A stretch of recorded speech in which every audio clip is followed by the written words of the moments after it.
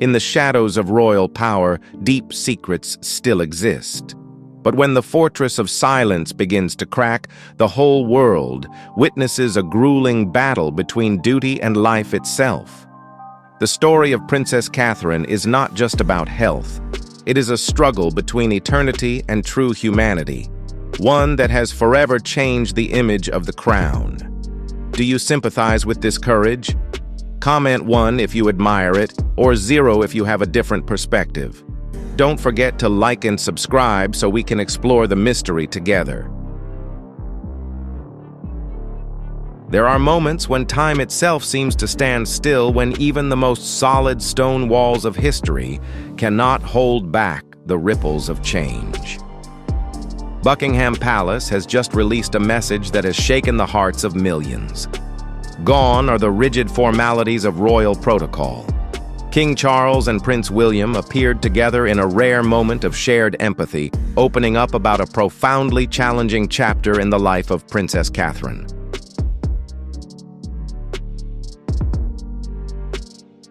For months, speculation hung over London like a thick fog. Yet when the truth was finally revealed, its weight surpassed all imagination. As the world holds its breath, the British royal family is confronting a stark reality, one where titles and crowns offer no shield against the unforgiving laws of nature. Before we unravel the deeper meanings of this turning point for the future of the monarchy, join us by subscribing to stay updated with the most authentic and insightful information. In a rare display of unity, the monarch and his heir stood side by side. On their faces, there was no trace of their usual majesty, only the weight of compassion. For an institution that has long held composure as its guiding principle, this moment marked a painful break from tradition. The words were spoken softly, yet their impact felt like a psychological earthquake. This was not an ordinary medical update. It was a vulnerable confession that shattered the illusion of perfection the palace had carefully upheld for over a century. William, long known for his steely resolve, now appeared with an emotion he could scarcely conceal. His voice, though still measured, carried undertones of uncertainty. King Charles, in a moment that transcended his role as sovereign, referred to Catherine as the heart of the family. This was not merely the voice of a monarch. It was the voice of a father watching a loved one endure the storm. That very sincerity sparked an emotional wave that resonated across the globe.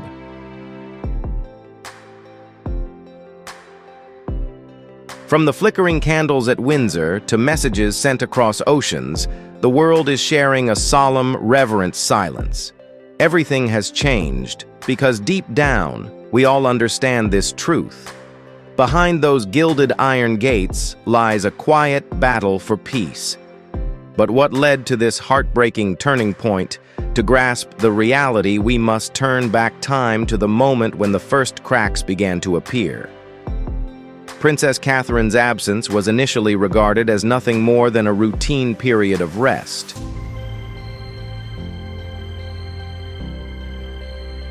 Yet as days turned into weeks and weeks into months, the silence took on the weight of unease.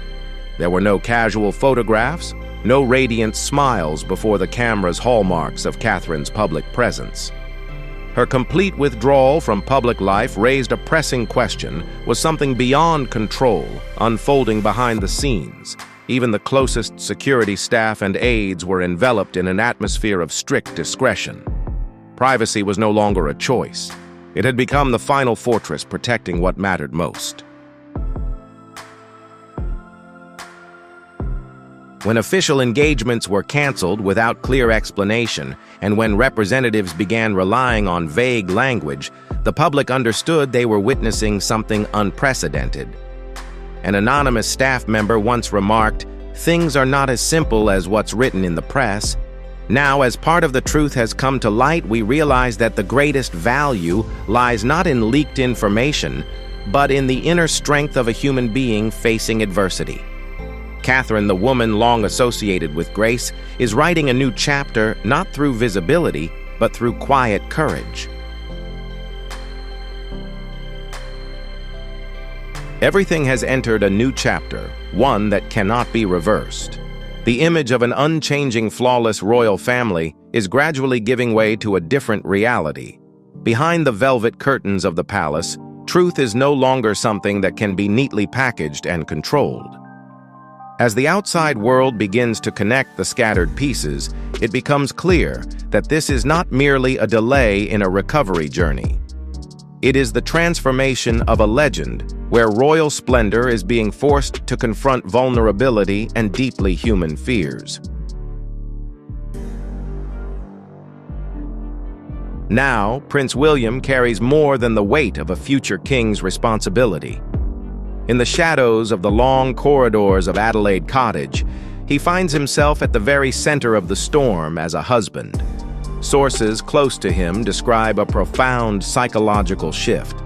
The familiar calm has been replaced by a constant undercurrent of worry. For the first time in his life, diplomatic rules and courtly protocol have become meaningless. This is not a media crisis to be managed.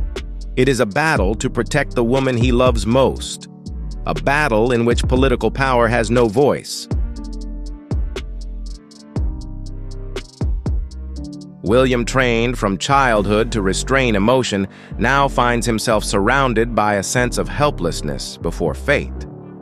On sleepless nights gazing out the window, he is not searching for political solutions, but for a fragile glimmer of hope within the frightening stillness of the house. The breaking point did not come from natural events, but from a collision between two worlds. On one side, an advisory machine steadfast in its belief in strategic silence to preserve stability.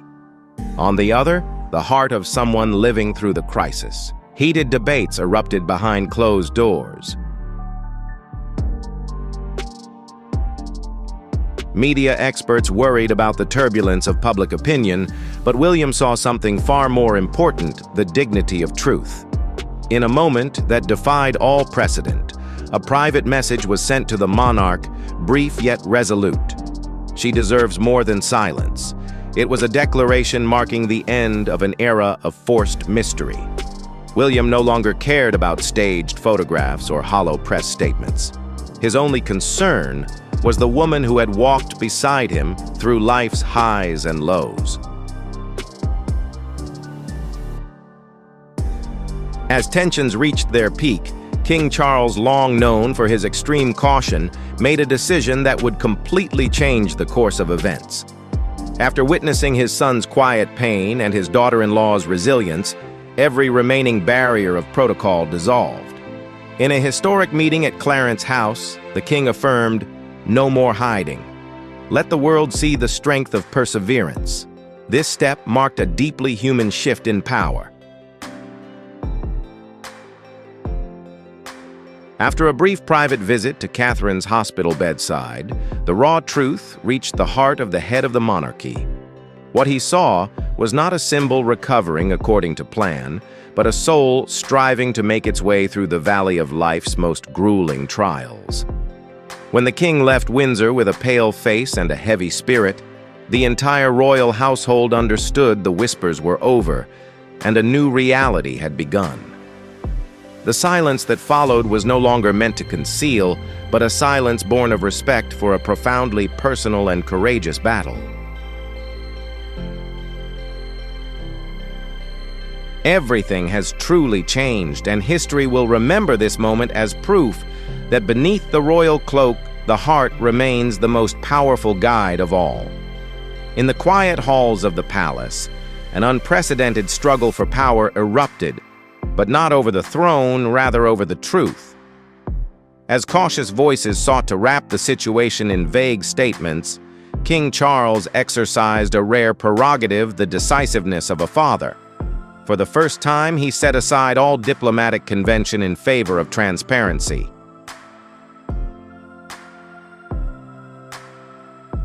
This action not only sent shockwaves through those closest to the palace, but also healed a silent fracture. Charles and William, Two generations of monarchy found common ground in shared pain. They were no longer acting as king and heir, but as two men protecting a world threatened by an invisible adversity. Every word in the forthcoming message was weighed not to preserve appearances, but to honor the dignity of a mother and a wife fighting with resilience. Yet what the world is about to learn is only the tip of the iceberg.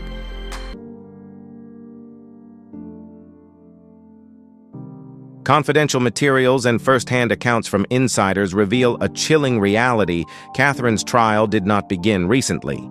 Signs of instability had already surfaced in late 2023, hidden behind troubling blood test results. For months, the truth was concealed beneath a veneer of stability.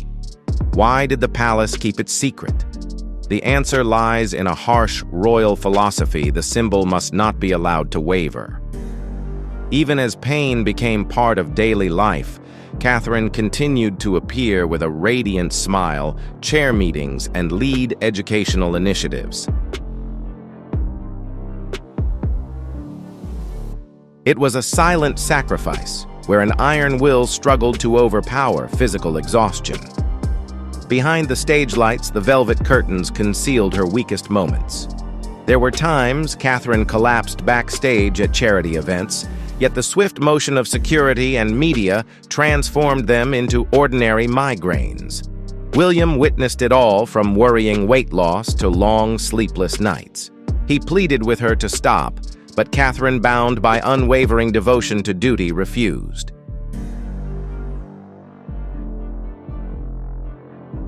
Catherine is not only battling adversity, she is fighting to uphold faith for an entire monarchy. This quiet sacrifice between the dazzling stage lights and moments of collapse behind the scenes paints a portrait of a figure far beyond ordinary protocol. Comment 2. If you feel moved and admire the steel will of this crown-bearing woman. Or comment 5 if you have a different reflection on the price she has had to pay. Don't forget to like and subscribe now to continue uncovering these inspiring archival stories and never miss another heart-stirring tale.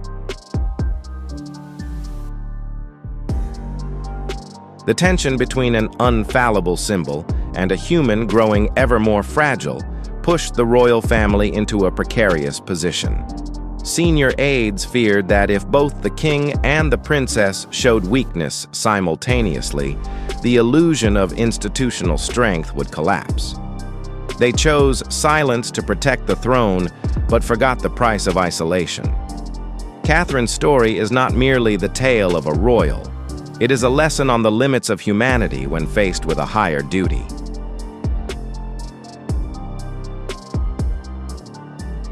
As cameras prepared to capture historic footage, the world would come to understand sometimes the greatest strength does not lie in the crown atop one's head, but in the courage to face the truth, even when that truth has the power to change everything we thought we knew about a monarchy.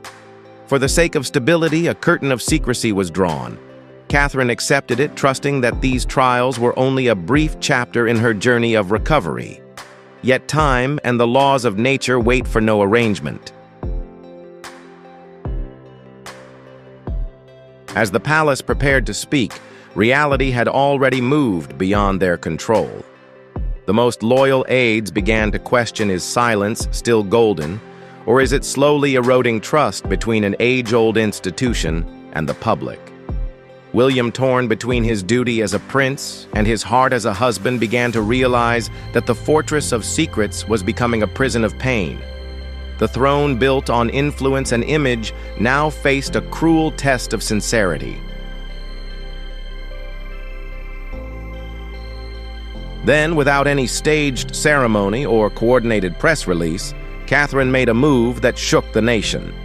In a simple setting, a garden where the laughter of children once echoed, she chose to face the world directly. In just 94 seconds, the royal veil was completely pierced by a heartbreaking honesty. There was no royal glamour, no shield of advisors, only a woman speaking about the trials of her life with absolute clarity. She began with words of gratitude, but it was what came next that made millions of hearts stop. Every word Catherine spoke swept through the silence like a storm. She did not dwell on technical details, but spoke of family resilience and the right to retain a private space amid the chaos.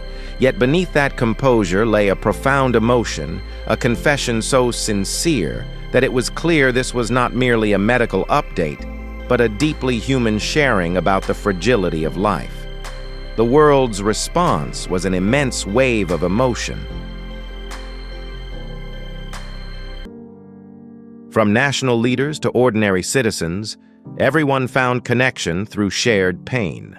Spontaneous candlelight vigils and quiet prayers were no longer for a title, but for a mother and wife, standing at the center of a storm, choosing truth over tradition. That moment has forever changed the image of the monarchy. The acknowledgement of vulnerability shattered the cold, distant facade, revealing the raw beauty of truth. Behind the scenes, emotional wounds remained. William, in an unrestrained moment at a public event, shed tears before the crowd, an unprecedented image in modern history.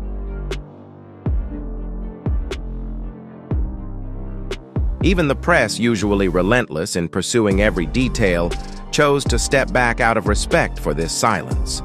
They understood that this was no longer news to dissect, but a journey of the soul unfolding in real time. The monarchy has now transformed. It is no longer defined solely by titles or lineage, but by the courage to live authentically and embrace one's true humanity. Catherine's story is not just one of survival. It is a lesson on the cost of silence and the power of sincerity. She did what no royal symbol before her had dared reveal: the fragility beneath a radiant cloak.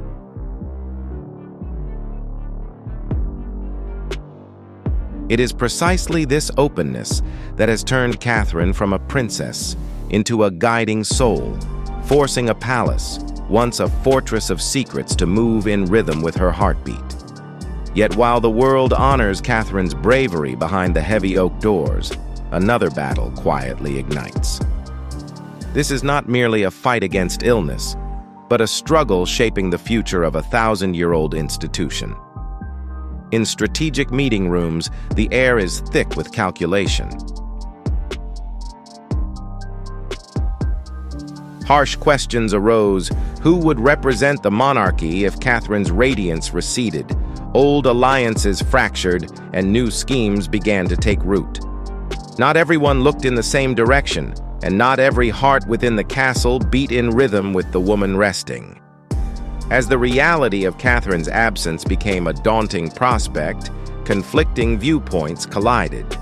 Some voices sought to fill the void with traditional rituals, aiming to maintain the monarchy's public presence. But this intervention met a steel wall of loyalty. Princess Anne and the Duchess of Edinburgh rose as guardians of Catherine's legacy. They understood that hastily replacing a symbol was not only a betrayal of familial bonds, but also an act that could destroy public trust. To them, Catherine was the last thread capable of mending a monarchy facing the fractures of the age. At the center of the storm, Prince William stood firm like a lighthouse amid turbulent seas. He rejected all contingency plans, all possible replacements, no matter how minor. To William, acknowledging a plan B would be tantamount to surrendering to fate, and that was something he would never do.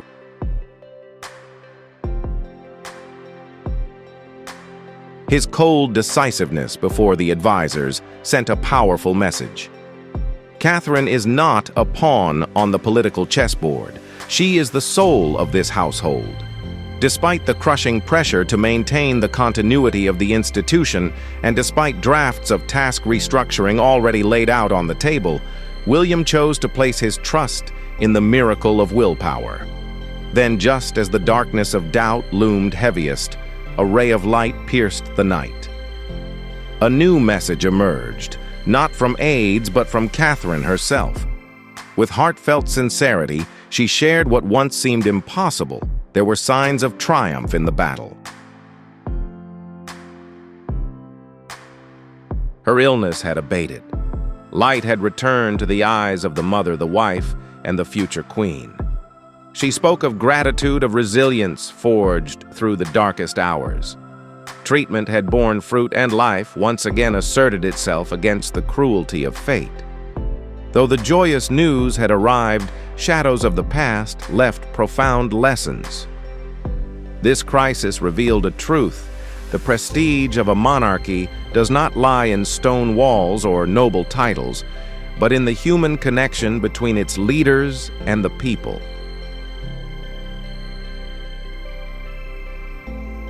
Catherine has triumphed not only over illness, but also over outdated rules redefining the value of the crown. A new chapter is unfolding where strength comes not from mystery, but from sincerity and compassion. News of Catherine's remission spread across the world like a wave of quiet jubilation. The media called it a miracle, and social media erupted with prayers. Yet for Catherine, this was not a blazing victory anthem. She faced this reality with the insight of someone who had walked through the valley of darkness, not as a destination, but as a steadfast step on a long path full of uncertainties. Though now stable, the mark of stormy months still lingers in every gesture. Her voice, though steadier, carries the breath of someone who has touched the very limits of endurance. Catherine's candidness about her recovery process has received wholehearted support from the professional community. 6 yard. Within the palace, a new order had been established. Prince William, with devoted protection, set strict boundaries for his wife's return. Catherine reappeared still graceful, but carrying a more subdued and wise beauty. She no longer tried to force herself to shine. She simply existed, and that presence, though more delicate than before, held the power to ignite hope stronger than any speech.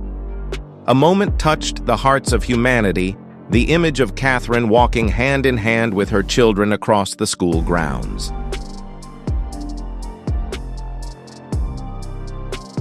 It was not a royal ritual, but a wordless message of life continuing. Beyond the palace walls, beyond noble titles, she was first and foremost a mother fighting to preserve her children's peace amid the storm. Yet behind that calm tension within the palace remained. Unanswered questions about the future still lingered. What would happen if darkness returned? These doubts were no longer brushed aside. They became catalysts for decisions that could reshape the foundation of an entire monarchy. King Charles, standing beside the heir, acknowledged a profound truth. Catherine's courage had redefined the image of royalty. She achieved what decades of protocol and ceremony could not, restoring humanity to the monarchy. Now power no longer lay in displays of authority, but in the resilience to endure the world's scrutiny while battling the fiercest personal wars. Immutable rules were quietly being adjusted. The palace no longer tried to maintain the illusion of eternal strength. They learned to accept vulnerability as part of evolution. Catherine's legacy would not be confined to royal procedures. She placed compassion at the heart of every action. Quiet visits, advocacy for mental health, and early childhood education now carried a more vivid meaning. She taught the world that strength does not always roar. Sometimes it is the whisper of a mother holding on to what is most precious. In the darkest days, she is said to have written private letters to George, Charlotte, and Louis, messages for the future if she could not return. Whether or not those letters were ever opened, they became part of the legend of a woman who stood at the edge and chose to fight. Catherine did not merely cling to her role. She turned her pain into purpose. Her battle may not be over, but her strength has redrawn the map of the monarchy's destiny.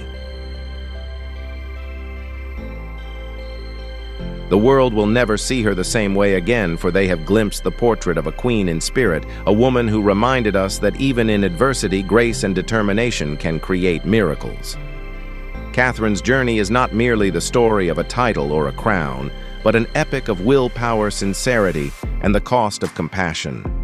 She taught us that the greatest strength sometimes does not lie in majesty, but in the courage to be vulnerable and honest with the world. A new chapter of royal history has begun, a chapter written in humanity rather than in rigid ritual. At this point, we want to hear from you. How do you feel about Catherine's inspiring journey of revival? Do you think this humanization could help the British monarchy remain resilient amid the challenges of the modern era? Share your thoughts in the comments below. We truly value every perspective. If this video has brought you special emotions or valuable insights, don't forget to hit like to show support for our content team. Subscribe to the channel and turn on the notification bell so you won't miss in-depth documentaries about some of the world's most influential figures. Thank you for watching and see you in the next videos.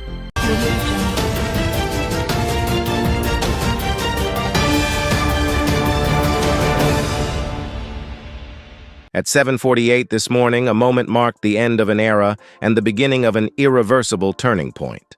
Prince William, heir to the throne, broke the silence with a decisive move. The dynasty closed, all hope of reconciliation shattered. Why did William act so forcefully? Was it to protect his family or a declaration of the dynasty's survival? We will explore these history-changing decisions right here at Windsor. Comment 1 if you support, 0 if you find it unappealing.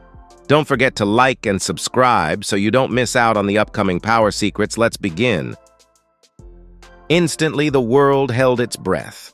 For the first time in decades, major broadcasters paused their programming to air what veteran experts described as unprecedented. No more vague diplomatic rhetoric, no more appeasement delays. This message was personal and utterly decisive from William. From London to Los Angeles, from bustling newsrooms to millions of individual screens, a new reality had been established. In the United States, where royal narratives are always viewed through a deeply ingrained cultural lens, this declaration was seen as a complete redefinition of the structure of the monarchy. This was no longer a dialogue, but an affirmation of the institution's future. What surprised observers most was the absence of phrases like "at this time" or "in the present circumstances." In the dictionary of the monarchy this morning, only the concept of permanence remained. For those who had witnessed the crises of the past, William's steadfastness offered a thought-provoking clarity. Throughout the years, William had chosen to step back, allowing the institution to speak through carefully crafted statements. But today he personally signed the final chapter of a long-running controversy. This act was not merely an official announcement. It was a declaration by a future monarch of unity and the protection of the institution's core values. What prompted a man known for his meticulous planning like William to take this extraordinary step?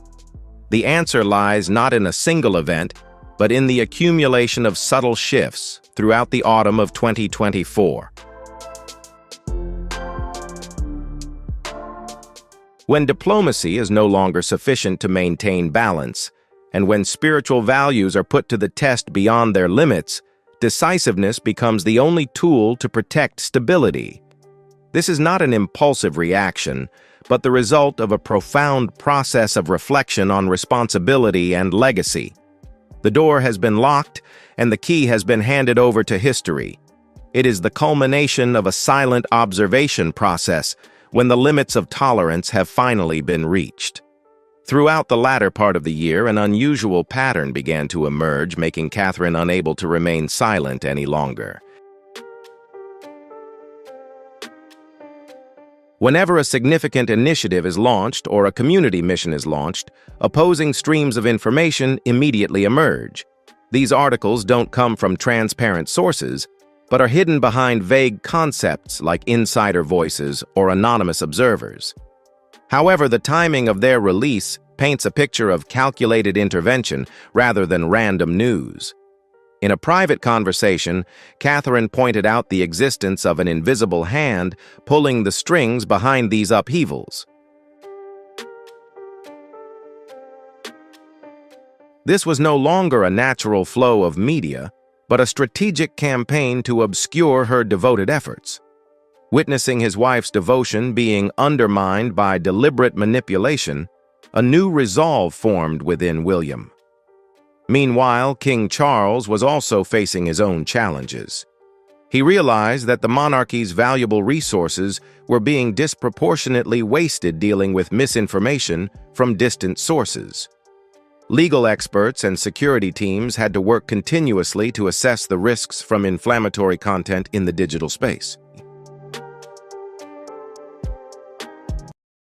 Meanwhile, the monarch himself was prioritizing his recovery, which demanded tranquility rather than relentless pressure.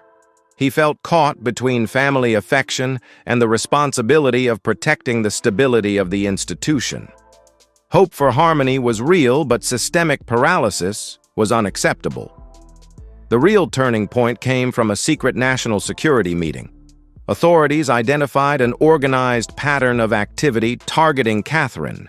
These information campaigns transcended the boundaries of ordinary criticism to become a real threat to the credibility of the monarchy in the digital age.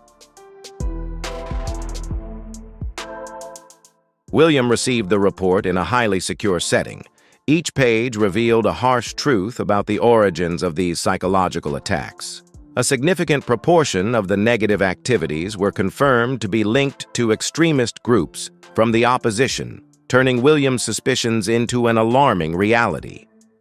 The challenge extended beyond national borders. Delicate but serious questions began to emerge from major international partners. Strategic allies in Washington and Ottawa began expressing concern about the stability of the monarchy.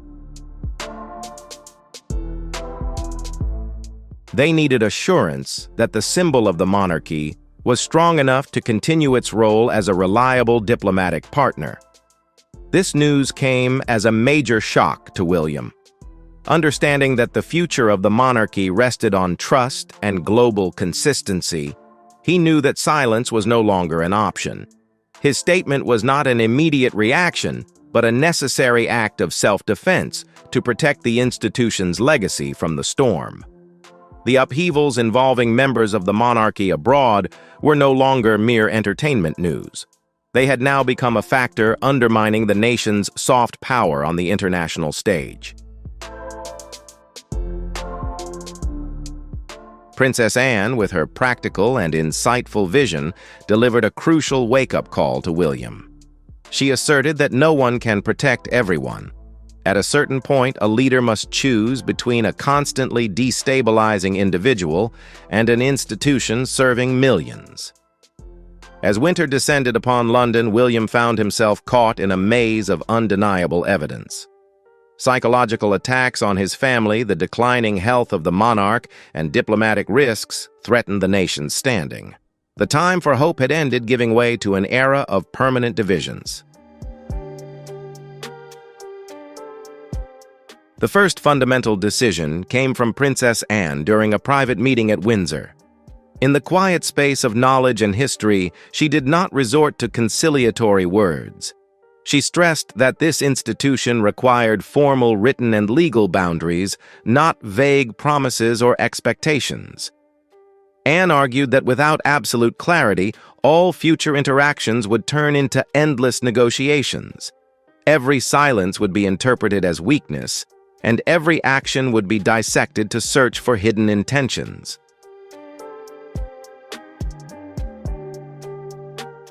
Please leave a comment with the number. If you admire Princess Anne's practical vision and determination in defending the institution, please leave a comment with the number. If you think she's too rigid and lacks the necessary empathy of a family, don't forget to press like and subscribe to the channel. Support us now, and make sure you don't miss our next decoding videos about the calculated moves of the royal family. Your interaction is what motivates us to uncover the truths hidden behind the walls of history. The only way to break the vicious cycle was to establish a new reality, a relationship with clear and public boundaries. William deeply understood that proactive clarity was the only weapon to eradicate ambiguity. The second decision stemmed from a comprehensive risk assessment by the palace legal team. The results of this investigation were truly alarming. If the ambiguity continued, the monarchy would face dangerous constitutional and security vulnerabilities. Experts warned of legal risks from unofficial statements and conflicts of commercial interest, damaging the institution's reputation. The longer the ambiguity persists, the greater the vulnerability of the institution.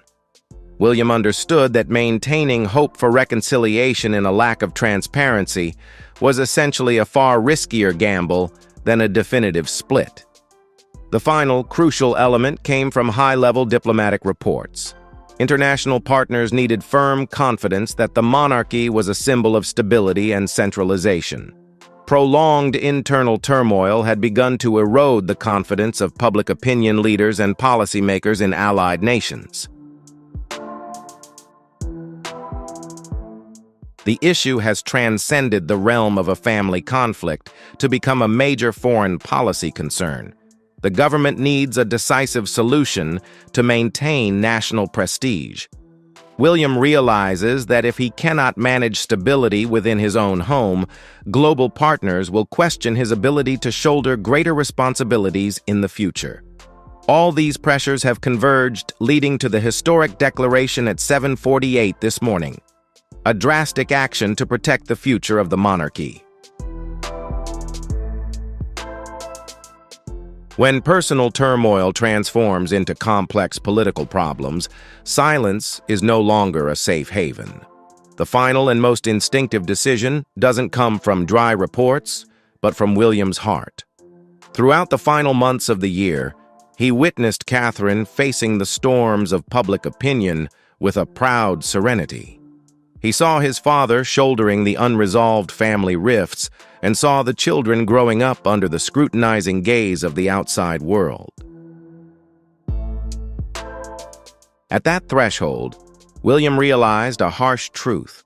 The responsibility of protecting the peace of his wife and children had to take precedence over any fragile hopes of reconciliation. In a moment of quiet reflection, he admitted to Catherine that he could not repair what was broken and that continuing to try would only further hurt those he was obligated to protect. A historic declaration is never built on a blank slate. It is the convergence of four powerful forces. Princess Anne provided a sharp strategic framework. The legal team established a solid textual foundation. The Foreign Office affirmed the necessity of international standing. And finally, it was William himself who infused it with an unwavering personal resolve. As December approached, the question was no longer whether to act, but how to execute the most decisive separation. On the evening of December 1st, a small strategic council convened in his private study at Windsor. Though the fire still burned in the fireplace, the winter chill seemed to seep through the cracks in the doors, weighing down the space like a tangible entity. William arrived first, carrying a draft he had meticulously crafted over 48 hours. Every phrase had to carry the precise weight he intended for it would shape his entire reign. King Charles entered, bearing the appearance of someone burdened by immense sorrow. In his eyes, one could see the pain of a father witnessing the irreparable breakdown of blood ties. Following him was Princess Anne, who firmly believed that an institution could only survive if it protected itself from constant upheaval. Emotions, however intense, should not paralyze the actions necessary to maintain stability. Catherine's arrival changed the atmosphere in the room. Although she rarely participated in strategic meetings, William needed her presence this time. She understood perfectly well that every decision tonight would directly affect the very lifeblood of their family. William began with a straightforward and decisive manner.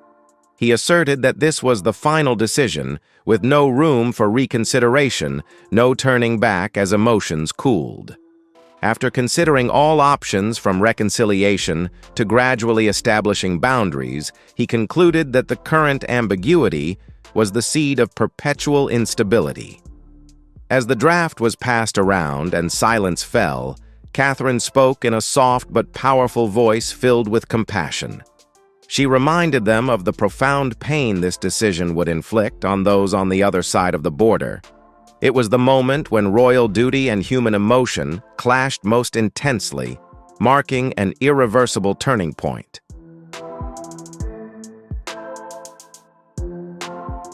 William confronted the harsh reality head-on. He understood the pain of separation, but he also understood that maintaining a state of limbo would only further hurt those closest to him and weaken the foundation entrusted to him by the king. He could not continue to gamble on a distant possibility of reconciliation while neglecting his responsibility to protect the present. King Charles, in a moment of choked emotion, likened this to closing a door that should have been left slightly ajar. But William responded with the steadfastness of a true leader. That door was no longer a passageway, but a gap through which instability could enter. He closed it not with anger, but with the necessary composure for all to move forward together.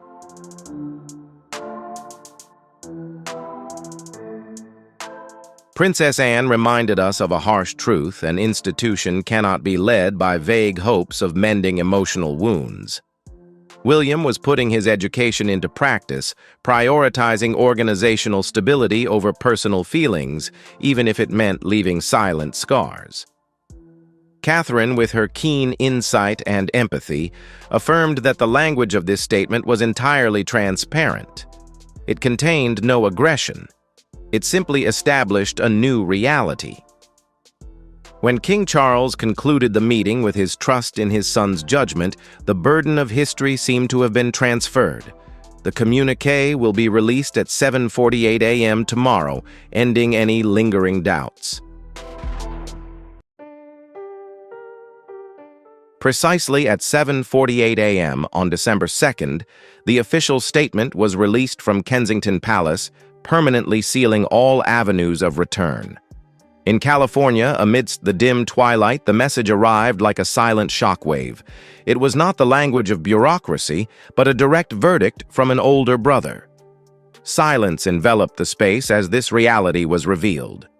An insurmountable line had been drawn, a decisive judgment whose intensity no one could have foreseen.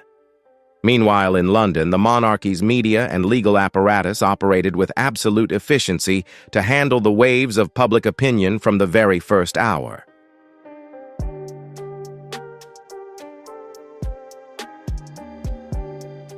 Lara Flynn. Boyle's journey is not merely a story of physical transformation, but a valuable lesson in the philosophy of limits on the path to pursuing beauty. It shows us that in the quest to reclaim youth, one can inadvertently lose the most precious part of their identity. Her story offers a profound lesson in accepting and cherishing the traces of time, for they are what give a person depth. Lara serves as a reminder that the pinnacle of beauty does not lie in flawless perfection, but in authenticity and harmony with the natural order.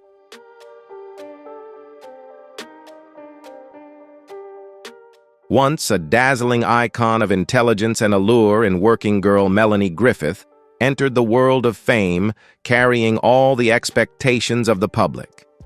Yet behind her high-profile marriages and the scrutinizing gaze of Hollywood, an invisible fear of fading began to grow. To maintain her position among other leading ladies and famous husbands, she inadvertently entered a relentless race with beauty-preserving methods.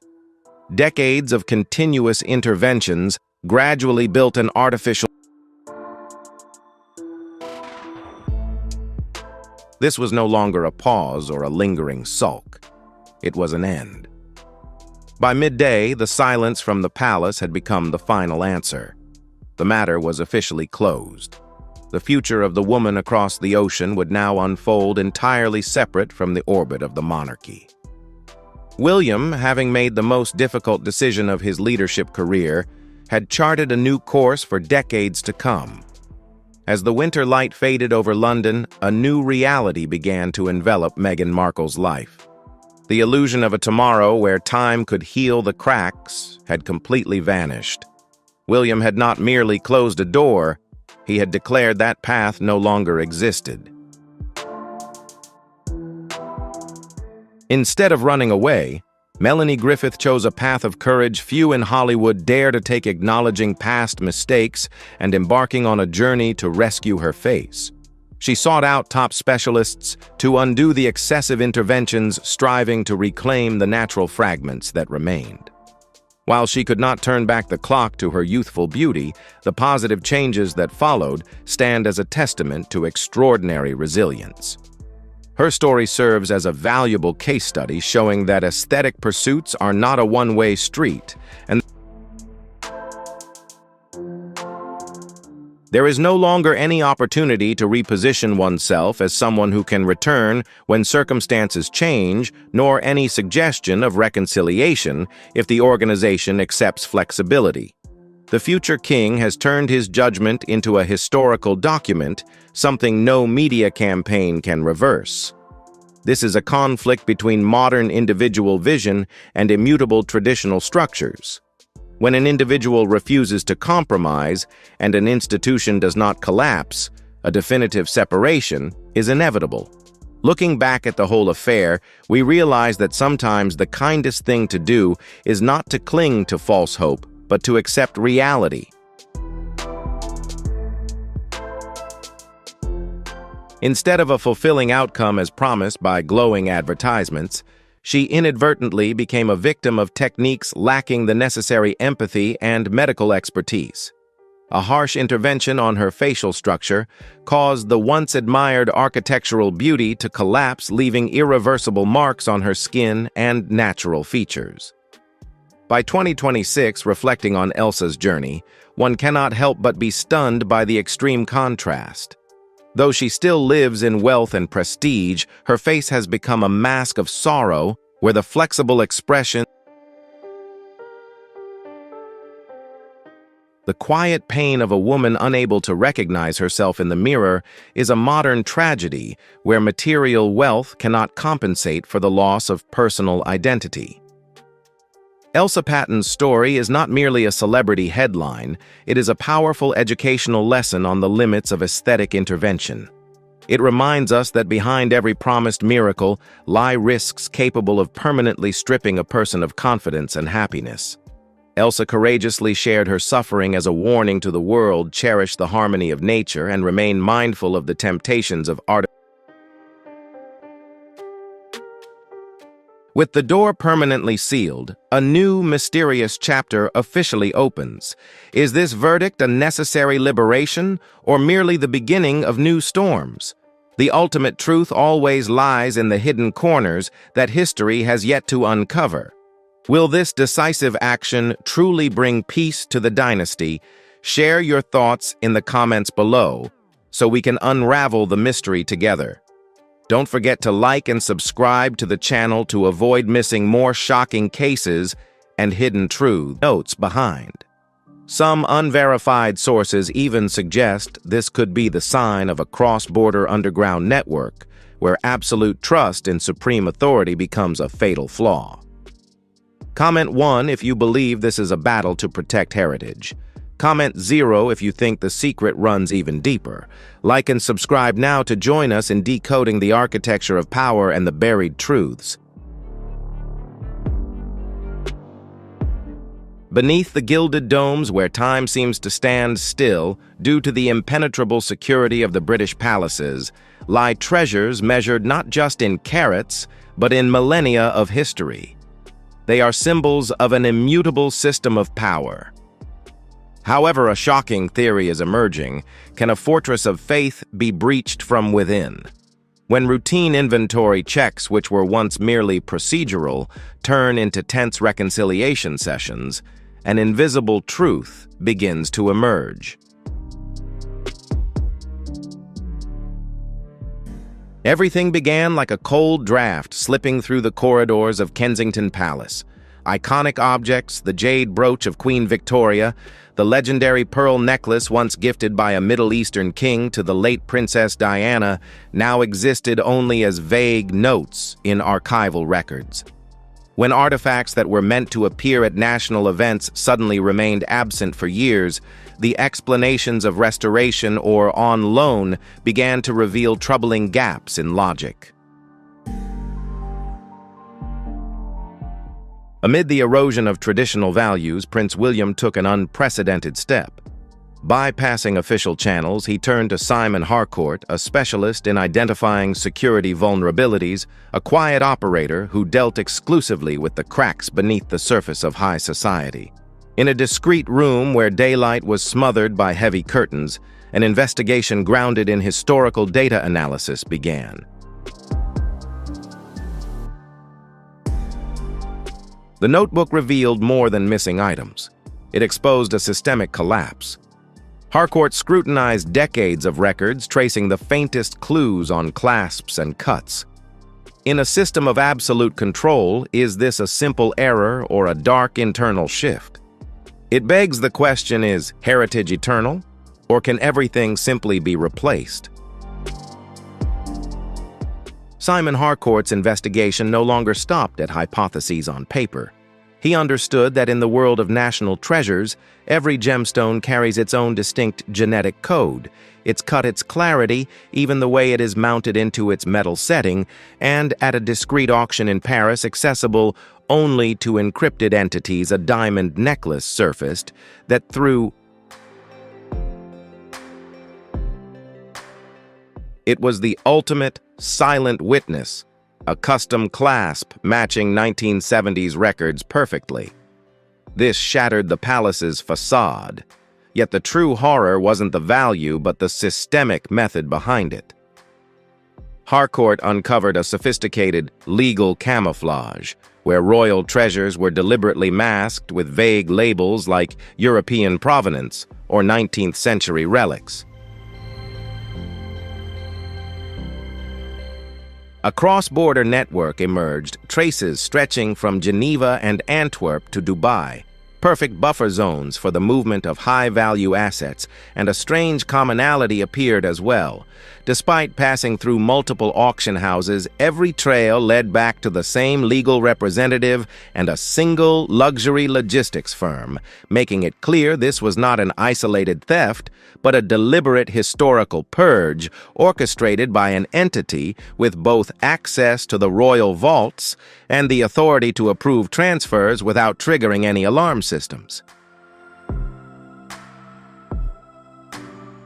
As the list of displaced fragments grew longer, Prince William faced a harsh reality. What was being lost was not jewelry, but entire chapters of a nation. Harcourt identified a fatal flaw in the security system: absolute trust in supreme authority. When a signature from the highest level appeared on documents authorizing the removal of artifacts for restoration or diplomatic exhibition, every layer of security automatically stood down, and the pursuit shifted from objects to people. In a dimly lit cafe in Antwerp, a veteran gemstone appraiser revealed a crucial detail. 2 years earlier, he had been asked to evaluate stones of regal beauty for an anonymous client. The intermediary was a figure with impeccably British mannerisms, yet who spoke French with effortless fluency during confidential calls, and the stones the expert identified were precisely the missing pieces from the palace collection. See, the trail was no longer made up of lifeless numbers. It had begun to take the shape of a specific individual. Within a power structure built on some of the strictest rules in the world, what is truly more frightening: the enemy from outside, or the betrayal embedded within the very procedures designed to safeguard trust? When the symbols of the past are quietly sold off, does the true value of the crown lie in its diamonds, or in a loyalty that has begun to fracture? In the world of heritage artifacts, human memory may fade, but expert appraisers do not. In a quiet, secluded corner, a former gemstone specialist who had spent his entire life reading the character of crystals provided a piece of destiny. 3 of the missing stones from the list were accurately identified by him through photographs. The trail lay not only in the material but also in the behavioral portrait of the transporter. He spoke impeccable English, yet transacted in French a sophisticated operator. He wasn't a thief, he was a logistics architect. Suspicion soon fell on Charles Everly. As a former senior aide, Everly held the master keys. He knew every artifact's history and the palace's secret security protocols. Everly's departure into the shadows 3 years earlier and his re-emergence as a private heritage consultant created a strikingly alarming correlation. During a calculated meeting at an exclusive London club, where privacy was the ultimate principle, Harcourt witnessed the moment of a cracked facade. With just a subtle mention of the legendary sapphire ring, Everly's calm gaze shifted into a cold, calculating precision.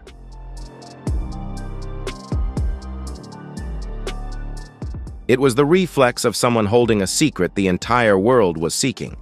The investigative analysis entered a critical phase as Harcourt cross-referenced 3 independent streams of data movement schedules, auction logs, and vault access records. The data revealed that Everly was not acting alone. On trips to gray financial hubs like Geneva and Monaco, he was frequently accompanied by a figure enjoying diplomatic immunity, a privilege allowing luggage and shipments to pass through any border unchecked. As the layers of fog were peeled back, the system pointed to a single convergence, an entity with the authority to sign decrees, the influence to conceal vulnerabilities, and the proximity to render all suspicion inconceivable. That entity was Queen Camilla. This hypothesis raises a staggering question. Could a core member of the royal family be involved in the self-dismantling of their own dynasty's treasures? How do you assess Queen Camilla's role in this enigmatic architecture type 2? If you are impressed by her quiet power, or 5, if you believe in the eternal preservation of the monarchy. Like and subscribe now to not miss the moment we unravel the final links in this dramatic journey of power. With unrestricted access and the ability to legitimize jewelry shipments for diplomatic purposes, Camilla possessed a unique position to operate a system of asset transfers that no one dared question. For Prince William, this was no longer a simple security investigation. This was a crisis of integrity of the crown. When a security system is built on absolute trust, isn't the greatest risk that this trust might be used as a tool for personal gain? If this evidence is true, is this a single act of self-interest or a sign of a deep rift in the power structure we have come to trust? Will you choose to protect tradition or expose the truth, even if that truth might bring down an entire monument? Every systemic investigation reaches a critical point where the data is no longer just lifeless numbers, but becomes a living entity. The indictment of history. Over the course of 2 weeks, Harcourt conducted a multi-tiered verification process. Witnesses at European auction houses posing as appraisal experts revealed a crucial detail. A woman with an air of utmost nobility was directly involved in the process. Revaluation, royal relics. The act of removing gloves to open the velvet box containing the Victorian jade brooch was not merely a noble gesture. It was the moment the truth was revealed under the lights of the private appraisal rooms. When the leather-bound file was placed on Prince William's desk, the space seemed compressed by the weight of systemic betrayal.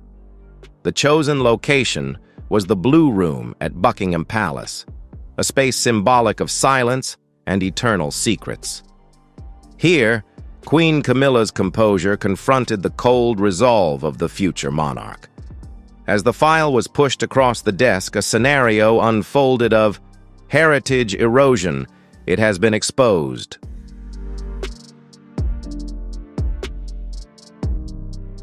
Camilla didn't deny the meetings, cloaking them in diplomatic protocols and secure restoration. But when pressed for records, silence followed. This was no longer a family dispute. It was a war between sacred tradition and cold pragmatism. Though she offered no confession, the balance of power had shifted forever. Camilla exited with a stoic face, yet her silence confirmed an irreparable rift. Immediately, a shadow shift swept through the palace. Sudden absences and nervous aids signaled the start of power isolation. The system was rapidly closing ranks to shield its core from the inevitable media storm.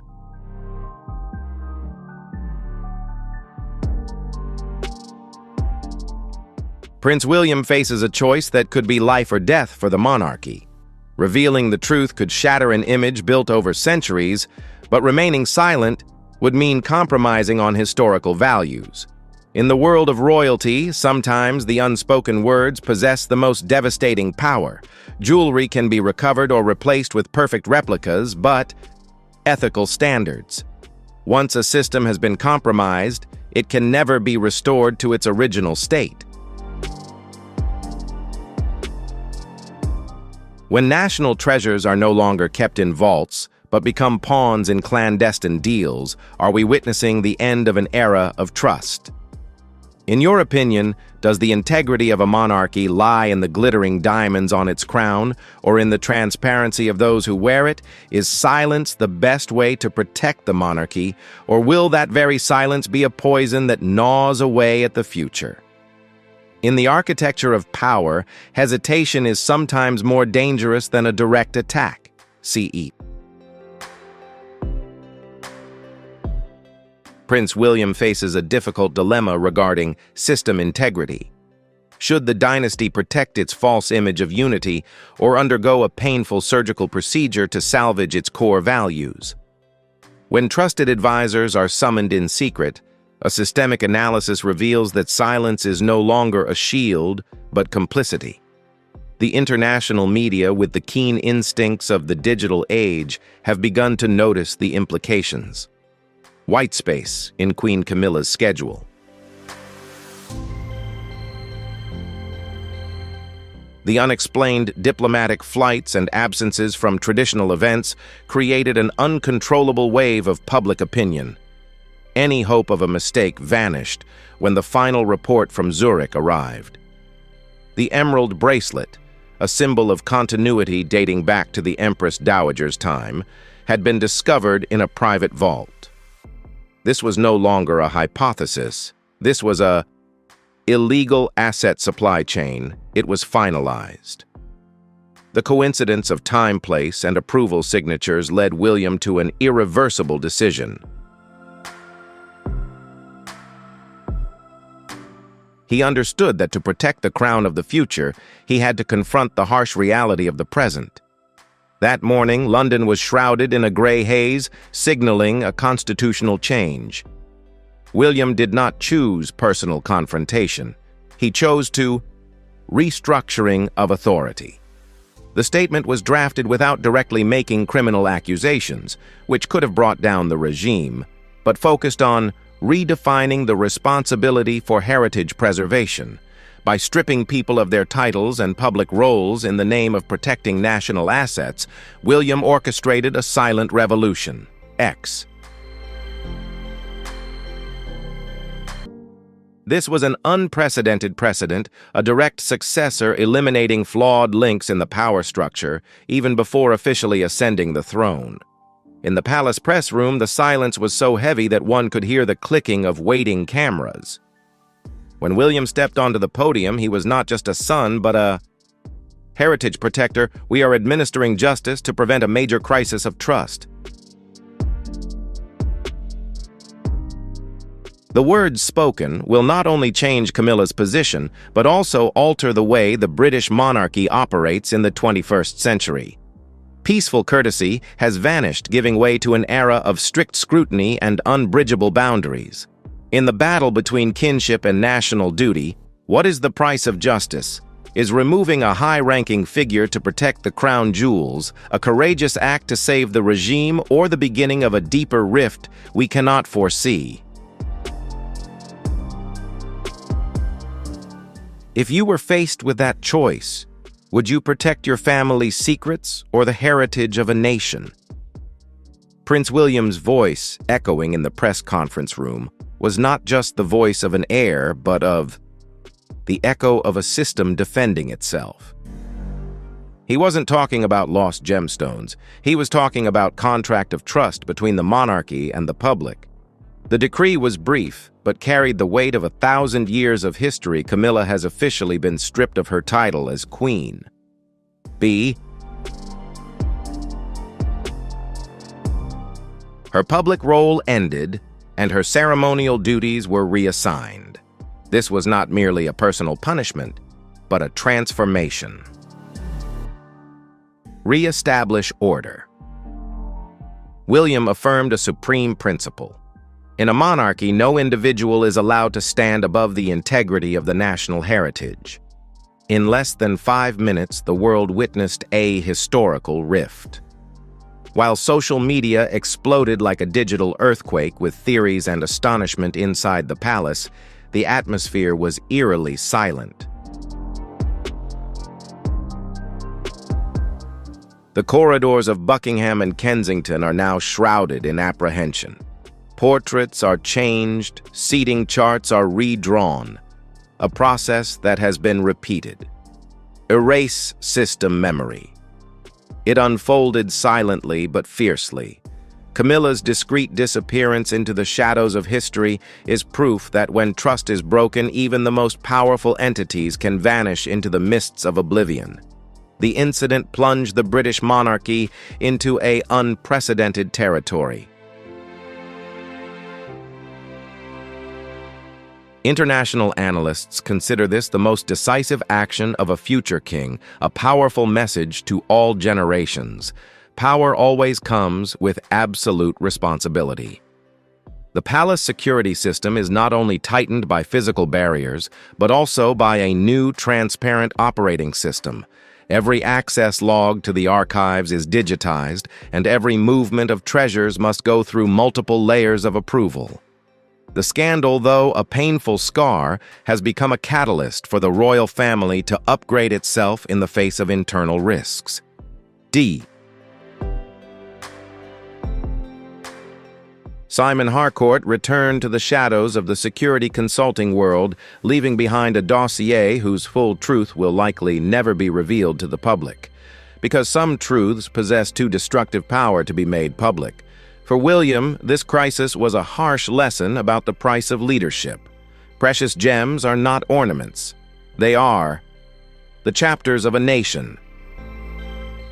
Protecting them is not about protecting them physically, but about protecting them. Sacred continuation of a nation. The monarchy has weathered the storm, but it is no longer what it once was. It has become more resilient, more disciplined, and more acutely aware of the true meaning of guarding history. As the curtain has closed and titles have been revoked, we are forced to ask ourselves, can an institution survive on the glitter of diamonds or on the ironclad boundaries of morality? In the battle between kinship and duty, was William's decision a necessary act of ruthlessness to save the future, or a crack that can never be mended in the heart of the dynasty? The answer perhaps lies not in what we see, but in what the royal family will choose to protect for centuries to come.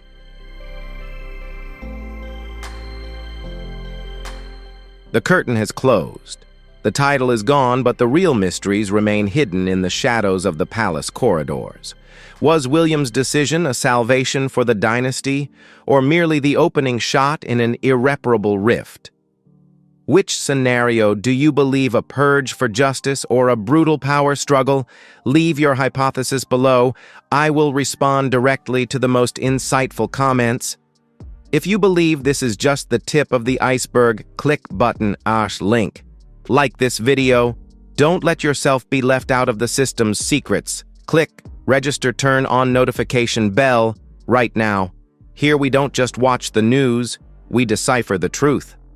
The next chapter of power is being rewritten. Are you ready to join us? See you in the next investigation. F. The British crown has never been a static relic. It is a living entity constantly evolving. At Kensington, we are witnessing the clear signals of an epoch-making shift. Prince William, alongside Princess Charlotte, is penning the opening lines of a bold new chapter 1 that is both more youthful and more decisive. Is King Charles's silence a voluntary step back, or is it a calculated part of a strategic royal rescue mission? Before we dive deep into the analysis, share your perspective. Comment 1 for the reformers or 0 for the traditionalists. Join me as we decode this monumental shift in the great balance of power. That day at Kensington Palace, an seemingly ordinary event held unmistakable implications. In keeping with British royal tradition, important announcements are usually delivered cautiously and through multiple layers of vetting. However, when Prince William stepped onto the platform, he not only displayed the role of an heir, but also the demeanor of a leader. This was more than just the appearance of a member of the royal family. It was a statement of power and preparation for the future. Alongside him, Princess Catherine and Prince George form a strong bond symbolizing not only the stability of the new royal brand, but also a strategically significant image in the ever-changing world. However, the element of surprise lies in the appearance of Princess Charlotte. When Prince William announced Charlotte's role as representative, it wasn't simply a matter of entrusting responsibility to a child. It could be a strategic move by a leader affirming preparation for future generations. L. The hypothesis is, could this be a strategic move to elevate the roles and status of members of the royal family? Systematic analysis might suggest an acceleration in the building of power, with each individual in the family assuming more significant responsibilities and roles than ever before. But the real question is, will this shift lead to a smooth transfer of power, or is it merely a harbinger of far-reaching changes in the future of the British monarchy?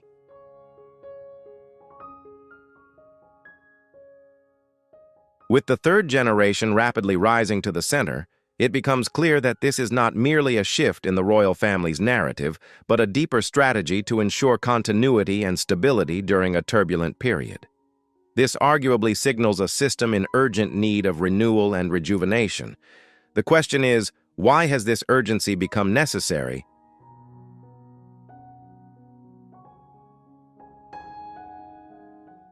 Public opinion is raising questions about this. Could the functioning of King Charles's reign be facing challenges unknown to the public? Many theories suggest that the monarchy's central processor may be facing problems that have not been officially disclosed. The silence of King Charles III and Queen Camilla throughout this process was not a coincidence. On the contrary, it was a crucial factor that cannot be overlooked. In the world of politics and diplomacy, silence sometimes carries far more weight than words. F.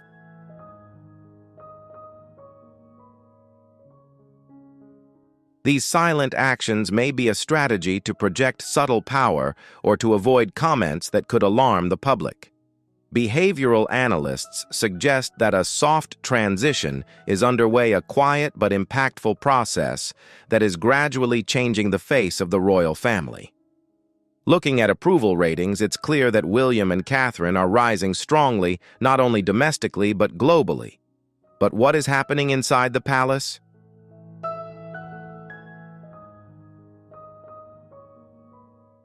Unverified reports suggest that King Charles's system is showing signs of overload. Postponing visits, canceling schedules, and withdrawing from energy-intensive events are not mere coincidences. Are these warning signs of impending change or simply temporary difficulties? The truth may be more complex than it appears on the surface.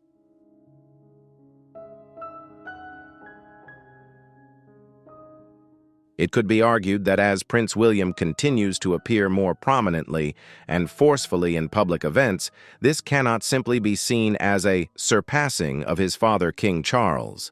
In fact, these actions may be part of a subtle rescue process aimed at filling the power vacuum left by King Charles, despite being the head of state. A noteworthy hypothesis has been put forward. The dynasty is no longer operating on a linear model, but is gradually shifting to a parallel one in which King Charles holds the symbolic constitutional role on one side, and the Welsh family, particularly William and Catherine, wield real power in shaping the future and managing public diplomacy on the other.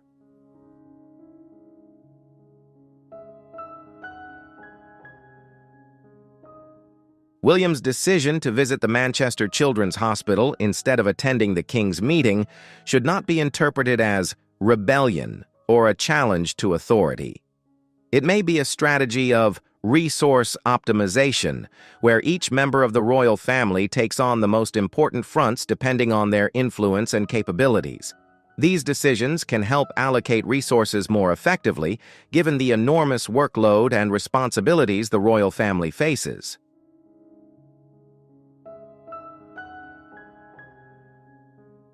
However, as with any systemic change, there is always friction.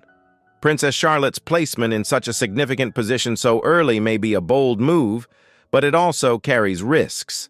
Is this a necessary step to consolidate the power of the Welsh family, or will it create fragmentation and conflict within the royal family's operations? This question remains open, and we will have to wait and see whether this strategy will strengthen the royal family in the future or create unforeseen challenges.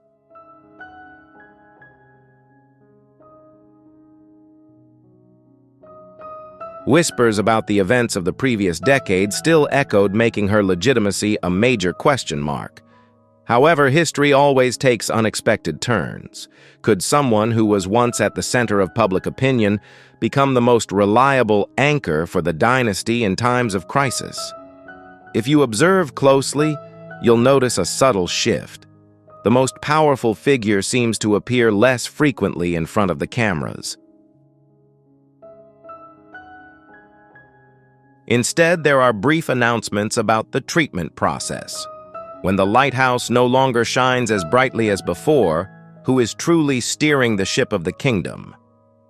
In the documentary Behind Closed Doors, the Queen mentioned the cycle of trauma. But observers are paying attention to the detail at the Isle of Man. She chose to confront the issue directly rather than avoid it when discussing the king's health. Could this be a psychological stepping stone to allow the public to gradually become accustomed to the Queen's dominant presence in major decisions? Or was it simply a humane outburst from a life partner after days of bearing the burden of pressure? The contrast between the king's outwardly optimistic demeanor and his restricted activities creates a logical loophole.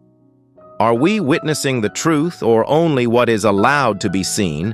Prince William and Princess Catherine, symbols of steadfastness, they serve as pillars of steel upholding public trust. Prince Harry. A message from afar, bridging geographical distances with genuine understanding. Princess Anne, the younger sister who is believed to be bearing the heaviest burden of grief over her brother's misfortunes. But just when the world believed the royal family had established a solid defense line, a new crack appeared right at the epicenter. In November 2024, an unprecedented event occurred: a mass absence. Queen Camilla unexpectedly canceled important ceremonies at Westminster Abbey. The official announcement stated a lung infection and the need for rest as advised by her doctor. However, with the king also facing a rigorous treatment regimen, this absence inevitably raised sharp questions from the public.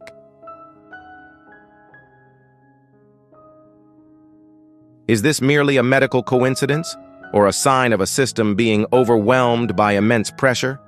The fact that the Duchess of Gloucester had to replace her at important diplomatic events sparked a wave of conspiracy theories.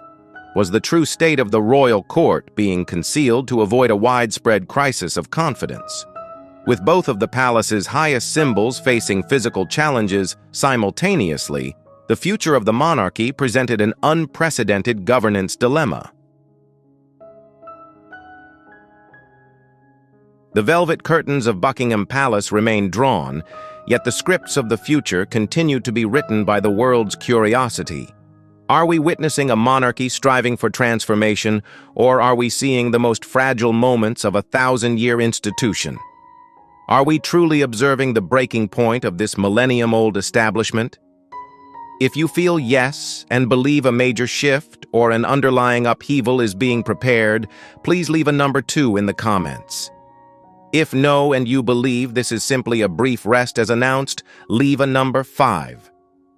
Don't forget to hit like and subscribe right now so you don't miss our upcoming deep dive analyses. In the world of symbols, presence is power. But what happens when two of a nation's most revered symbols simultaneously face a health crisis?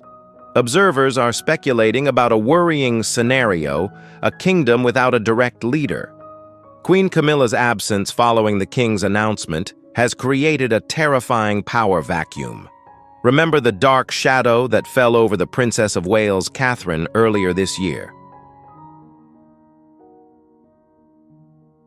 Although she declared victory in her silent battle in September, its aftermath remains a grim reminder of the monarchy's fragility in the face of the trials of nature.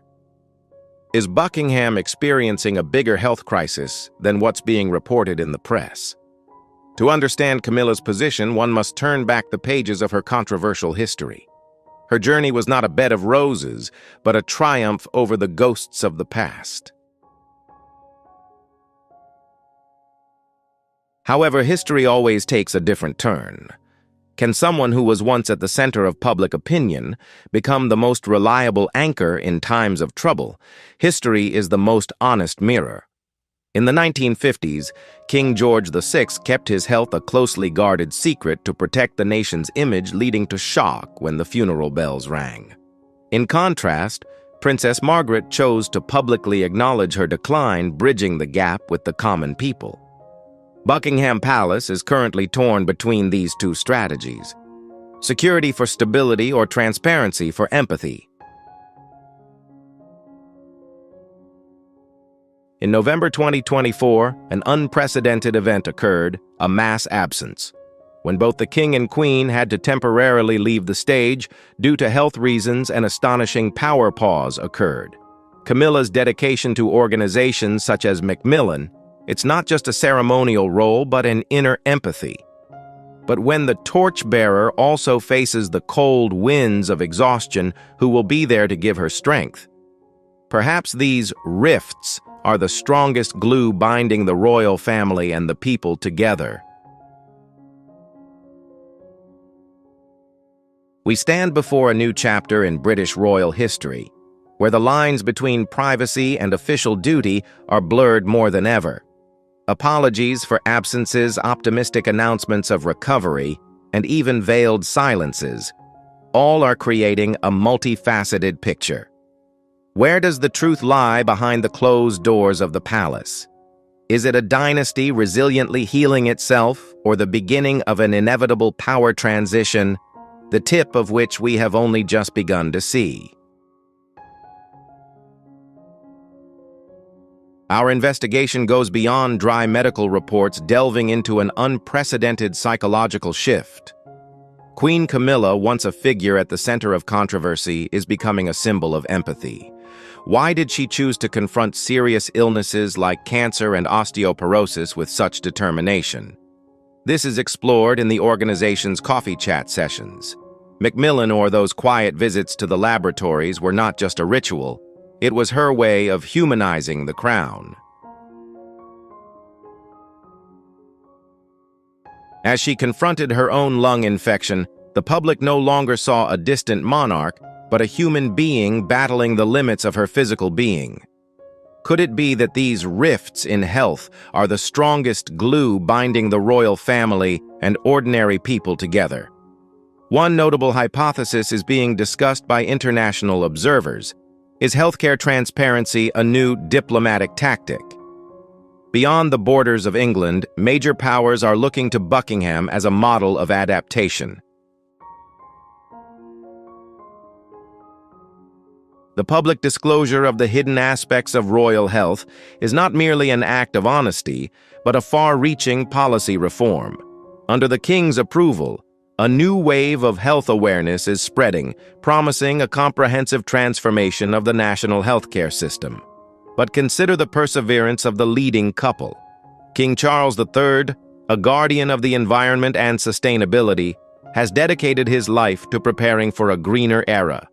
And now, as he and the Queen face personal challenges, they are writing a chapter of unwavering determination together. Their legacy is not just about laws, but about the ability to modernize an ancient institution in its most fragile moments. We have explored the hidden corners of the palace, from the secrets of the past to the transparency of the present. Queen Camilla and King Charles III stand before a stage larger than ever before, where every step, every breath, and every announcement is scrutinized under the microscope of history. Light is gradually returning behind the stone walls of Buckingham, but the questions remain. Is this transparency a voluntary choice or a necessity of the times? After the storms of health issues, in what direction will a more human monarchy lead the world? The truth may have layers we have yet to uncover, and time will be the fairest judge. Ultimately, the crown may be cast in gold, but it shines only through the support of millions of hearts. We are witnessing the greatest transfer of power in modern history, not by sword, but by an understanding of the times. Keep your eyes on Kensington, for the newest chapters of history have only just begun to be written. Who holds the real power? The new generation with its reformist mindset, or the older generation with its extensive experience? Share your verdict in the comments below. If you find this analysis insightful, please click like, share, and subscribe to the channel. That's the best way to support us in continuing to unravel the mysteries behind the velvet curtain. Thank you, and see you in the next episode. Sir Timothy Lawrence has been known as a symbol of devotion and discretion within the royal family. But now, a shocking revelation from the man himself, the loyal husband of Princess Anne, has stunned the royal circle. No one saw this coming. And you might be surprised too. Can you guess what's about to be revealed? If you can comment 1, if not comment 0 below. Don't forget to share your thoughts, hit follow, and join us as we uncover the untold secrets of the British royal family. For years, he quietly observed all the power struggles and behind-the-scenes rivalries unfolding behind the palace doors. But only recently, he broke his silence and revealed a dark secret about Queen Camilla, a truth that could completely change the public's perception of her. So what is that secret? Why did it take so many years to come to light? And how deeply will this revelation shake the royal family's already fragile relationships? This is a layered and complex story between two royal women. Imagine two women living within the same royal family, yet completely different in personality and behavior. This is the portrait of Princess Anne and Queen Camilla, two women who have never shared a close or warm relationship. Their connection isn't bound by affection, but by years of simmering tension, wary glances, and an unspoken rivalry that has never truly ended. The rift between them didn't begin suddenly. It has been smoldering for decades, tracing back to a tangled romance in the 1970s. At the time, Princess Anne was deeply involved in a romantic relationship with Andrew Parker Bowles, the man who would later become Camilla's husband. Although the two couldn't marry due to Andrew being Catholic, a faith that conflicted with royal protocol at the time, their relationship was believed to be genuinely heartfelt. In 1973, Andrew and Camilla reunited and got married. From that point on, Anne was visibly uncomfortable with Camilla's presence. The woman who had married the man Anne once deeply loved, frequently appearing at events in Buckingham Palace. But things didn't stop there. Nearly 3 decades later, Camilla went on to marry Prince Charles, Anne's younger brother. This overlapping relationship made it impossible for Anne to truly accept Camilla's presence within the royal family. According to those close to the palace, Camilla often felt pressured and overshadowed by Princess Anne's strong-willed and determined personality. For years, Camilla tried to keep her distance, even avoiding contact with her sister-in-law. However, tensions reached a boiling point during King Charles's coronation. At that time, Camilla expressed her desire to be called Queen rather than the traditional title of Queen Consort. This deeply angered Princess Anne. She firmly asserted that Camilla was not a queen in the true sense and should only be addressed by the correct title of Queen Consort. The conflict escalated, and although both always maintained a polite demeanor in public, anyone could sense the chilling tension between them that was impossible to hide. Many years after her relationship with Andrew ended, Princess Anne found happiness with Sir Timothy Lawrence, a former Royal Navy Vice Admiral known for his calm demeanor discipline and avoidance of the media spotlight. They married in 1992 in a simple yet dignified ceremony. It was Sir Timothy, quietly supporting his wife behind the scenes, who held one of the royal family's biggest secrets. Having served the nation for many years and possessing a clear-eyed view of what happens behind the royal family's glamorous facade, he discovered something no one else dared to speak about. This secret not only shook the royal family's inner circle, but also had the potential to undermine the public image that people had long trusted about Queen Camilla. Since joining the royal family, Sir Timothy Lawrence's role as Princess Anne's husband has always been clear, quietly protecting and supporting his wife, serving the monarchy and steering clear of any scandal or power struggles within the palace. He is a man of disciplined responsibility and never lets emotions dictate his actions. However, by 2025, Timothy realized he could no longer stay out of the situation. What he witnessed within the royal family, especially from Queen Camilla, could no longer be ignored. At first, Timothy thought Princess Anne's criticisms of Camilla were simply due to his wife's naturally strong-willed and tough personality. But over time, he began to see that something was wrong. Camilla wasn't just someone who annoyed others. She seemed to act with calculated intent, carefully taking each step as if climbing a preordained ladder of power. When piecing together the events of the past, Timothy began to see how suspiciously everything fit into place. Camilla's affair with Prince Charles years ago not only shattered his marriage to Princess Diana, but also triggered a series of serious consequences, from the highly publicized divorce to Diana's heartbreaking tragedy. While the public may have varied perspectives for Princess Anne, who always places honor, duty, and family above all else, what Camilla did was unforgivable. According to Andrew Parker Bowles, Camilla's former husband, he confided in Timothy that Camilla had once neglected her own children to focus on inserting herself into the relationship between Charles and Diana. For Anne, this only reinforced her belief that Camilla was never truly fit to represent the core values of the royal family. But what's happening now is what truly worries Timothy.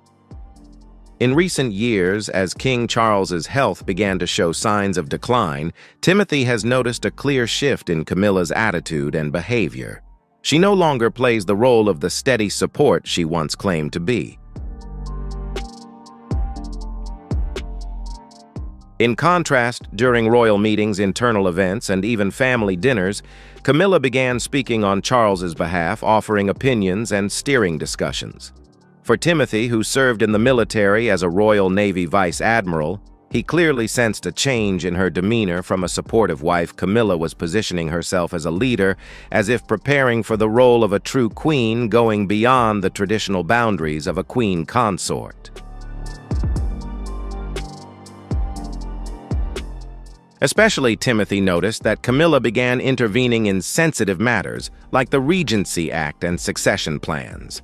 What's notable is that Camilla didn't just offer opinions, she issued directives and unsolicited advice, particularly to Prince William and Princess Kate. According to Timothy, these lessons sometimes crossed the line, making Kate feel pressured and fueling even more anger in Anne. What do you think about Camilla's interference? Do you feel her actions have gone too far? If yes, leave a 2 in the comments. If no, comment. 5. Don't forget to like the video and subscribe to support the channel, giving me more motivation to bring you deeper insights in upcoming videos. However, what hurt Timothy and Princess Anne the most was how Camilla began managing King Charles's time. Under the pretext of protecting the king's health and peace of mind, Camilla increasingly limited his interactions with family, especially with Anne. On more than one occasion, Princess Anne returned home disappointed after last-minute cancellations of private meetings with her brother, moments she always cherished which Camilla skillfully blocked. For Anne, this wasn't just an inconvenience, it felt like a deliberate sidelining of family ties, eroding the trust between close relatives. Even the small family gatherings at Clarence House events that should have simply been moments to strengthen sibling bonds began to shrink.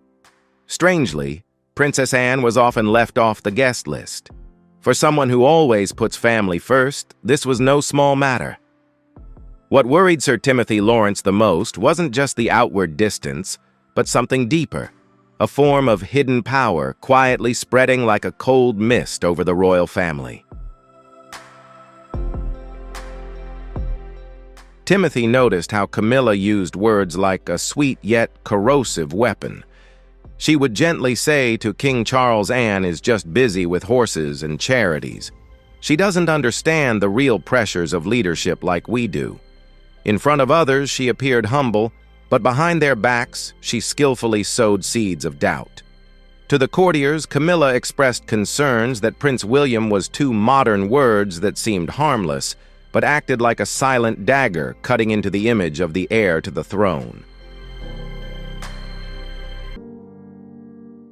Timothy clearly understood the meaning behind these words. They were not simply personal remarks. This was a plan. A series of deliberately leaked statements designed to undermine the credibility of those around, so that Camilla could gradually establish herself as the only reliable pillar beside the king. The media campaign and the loaded silence. Then the media began to uniformly change their tone.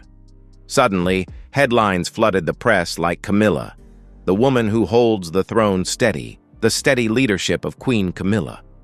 Meanwhile, there was almost no mention of Princess Anne's decades of service or the increasingly prominent roles of William and Kate in carrying the future of the royal family.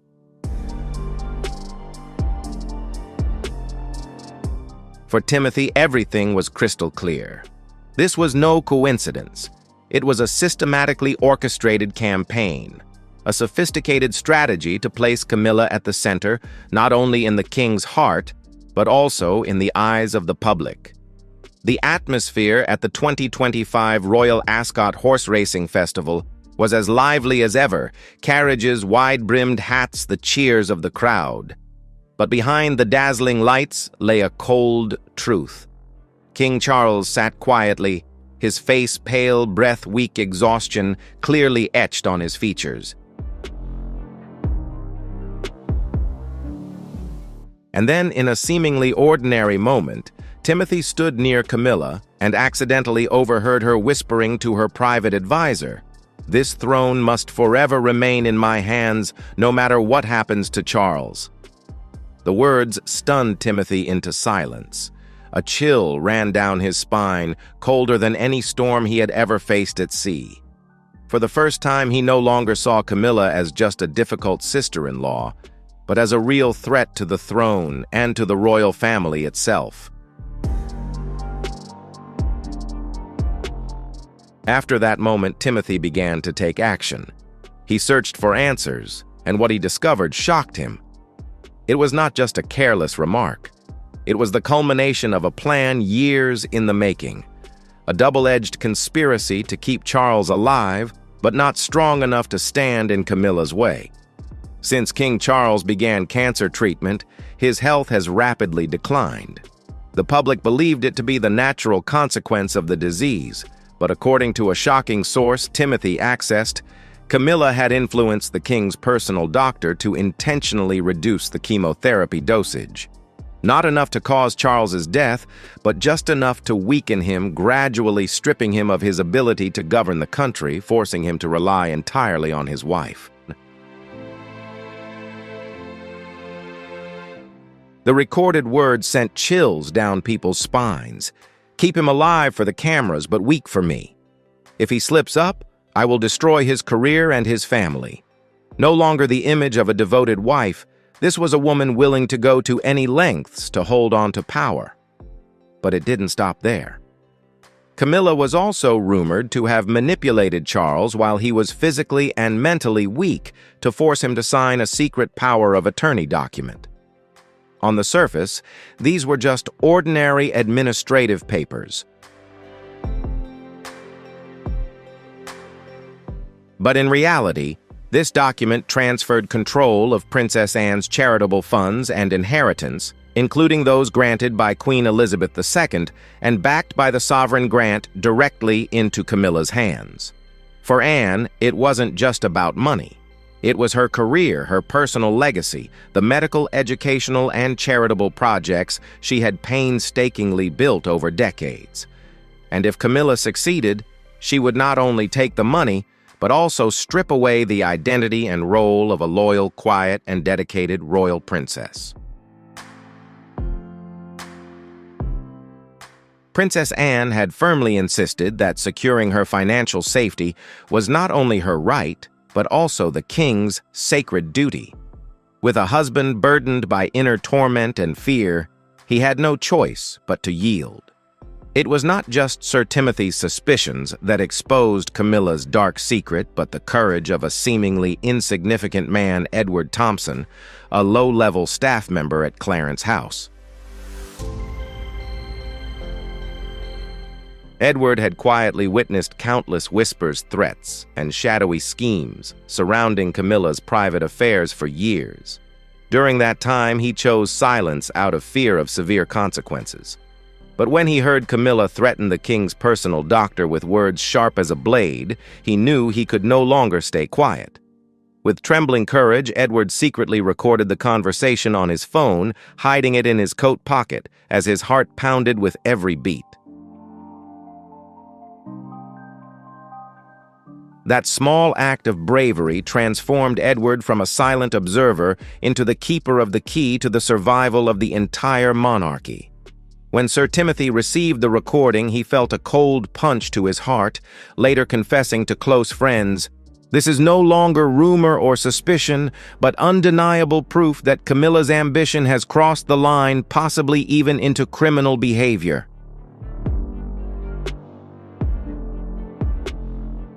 For Sir Timothy, discovering this truth was a heavy burden, but also an unshakable mission. He understood that holding this truth meant possessing the power to either break or save the kingdom. The issue was no longer just about King Charles's health or Princess Anne's finances, but the very soul and honor of an entire realm that millions around the world still revered. Despite the weight of guilt and responsibility pressing on his shoulders, Sir Timothy knew this was only the beginning. If Camilla was bold enough to manipulate the doctors and coerce the king himself, no one knew what else she might be capable of. Unable to delay any longer, he resolved to reveal the whole truth to the king. For Sir Timothy, uncovering this truth was a heavy burden, but also an unavoidable mission. He understood that holding this secret meant possessing the power to either break or save the dynasty. The issue was no longer just King Charles's health or Princess Anne's finances. It was the very soul and honor of a monarchy revered by millions worldwide. Despite the weight of guilt and responsibility on his shoulders, Sir Timothy knew this was only the beginning. If Camilla was bold enough to manipulate doctors and coerce the king himself, no one could predict what else she might do. Without hesitation, he decided to reveal the whole truth to the king.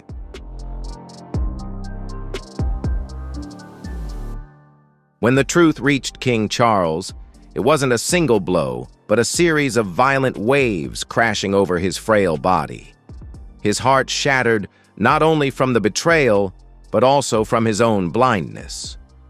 For more than 3 decades, Charles had steadfastly defended and proven his love for Camilla before family church and the public.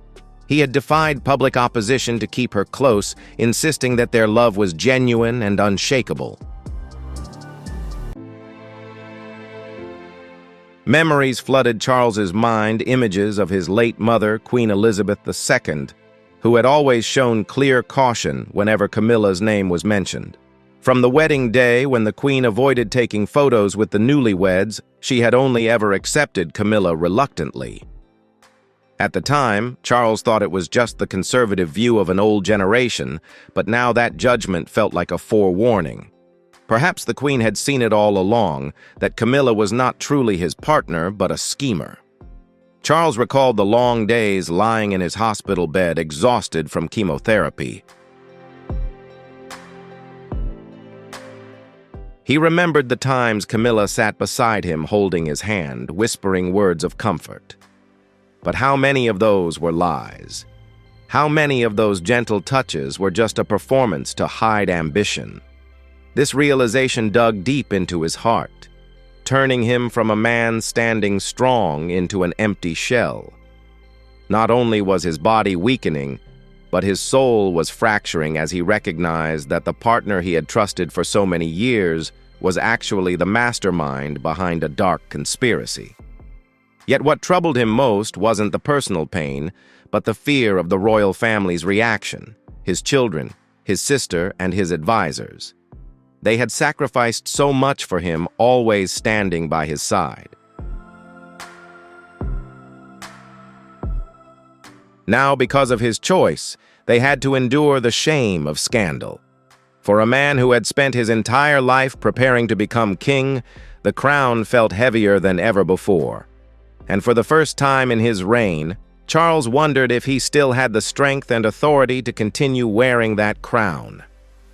The heir's reaction. Prince William. When the video recording of Camilla's threats was played in front of Prince William, his reaction was immediate and intense, usually a model of calm composure that calm shattered completely.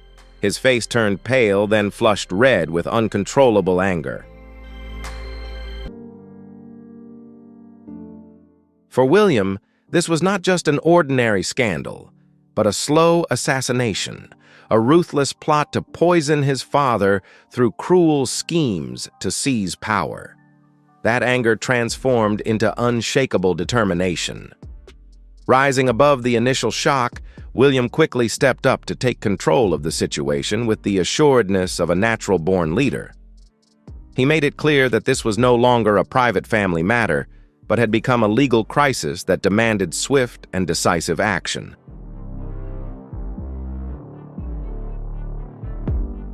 While William reacted fiercely, Princess Anne, known for her strong will and unshakable calm, broke down.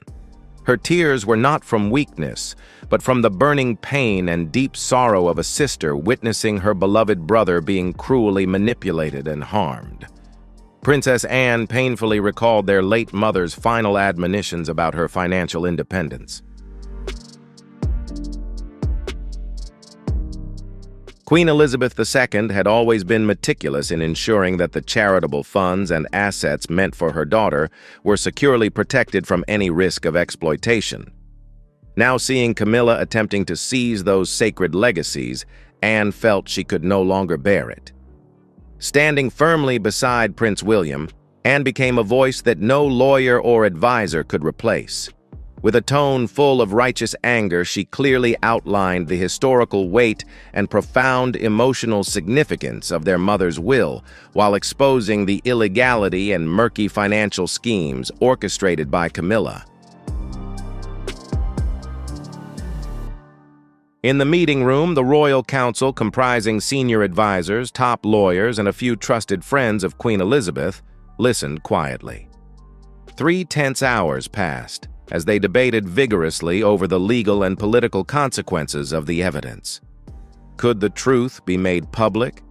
Would exposing Camilla shatter the already fragile image of the monarchy in the modern world? Yet no doubt remained.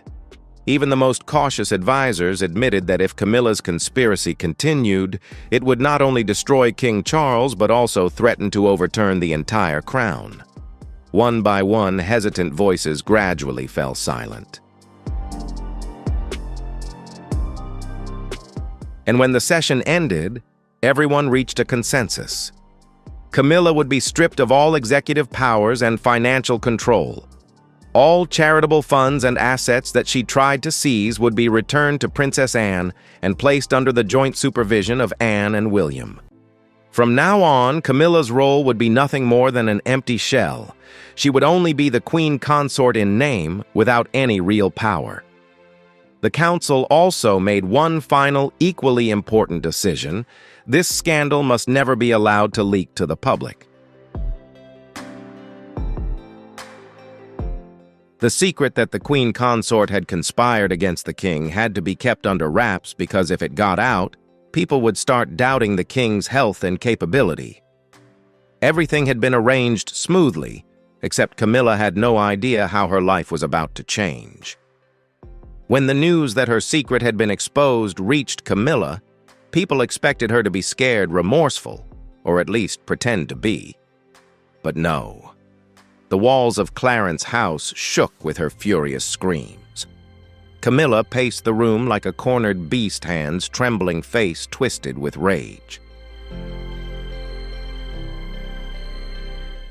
She had spent her entire life climbing to the pinnacle of the monarchy, standing at the center of power. The thought that it could all be swept away in a single moment was unbearable to her. In a panic, Camilla made a reckless decision, revealing the depth of her fear. She summoned a close aide and coldly ordered eliminate Sir Timothy Lawrence. She blamed him entirely, accusing him of being overly curious, digging and exposing the secrets she had deliberately kept hidden. The assassination plot fails and tensions escalate. However, the assassination plot never succeeded. The plot was discovered and stopped before Sir Timothy's life was ever threatened. This event only reinforced the council's belief that Camilla was dangerous and mentally unstable.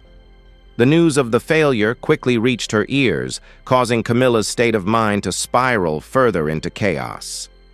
The palace, once the stage for her sophisticated manipulations, had now become a suffocating prison where every glance felt like a threat. She paced endlessly through the corridors, her mind tangled with impossible scenarios. She thought of ways to regain her position of power and silence her enemies. But every idea collapsed into the same conclusion: she had failed. But Camilla had no idea that the cruelest fate was yet to come. A simple letter sealed with the royal council's emblem was delivered to her. That seal signaled a serious message. With trembling hands, Camilla tore open the envelope and began to read. The merciless words, written in the cold language of law and order, clearly stated her executive powers were completely revoked. Her influence and authority would be stripped away. She would retain only the ceremonial title of Queen Consort with no rights or power beyond a mere formality. Her eyes gradually dimmed, her face turning pale as she read each line. Those who witnessed it later recalled seeing her sit silently clutching the paper until it was torn and tattered. She had fought her entire life to be recognized as Charles's official partner to reach the position she believed was her destined right. Now all of that had vanished. The letter slipped from her hands onto the floor. For a long while she just sat there staring blankly into space. Then unusual tears began to fall. She wept not for Charles, nor for the family that had been shattered, but for herself and the dream that had died.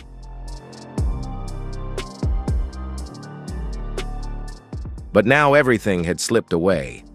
The letter fell from her hands onto the floor. For a long time she just sat there staring into space. Then unusual tears began to fall. She cried not for Charles or the family that had been torn apart, but for herself and the dream that had died.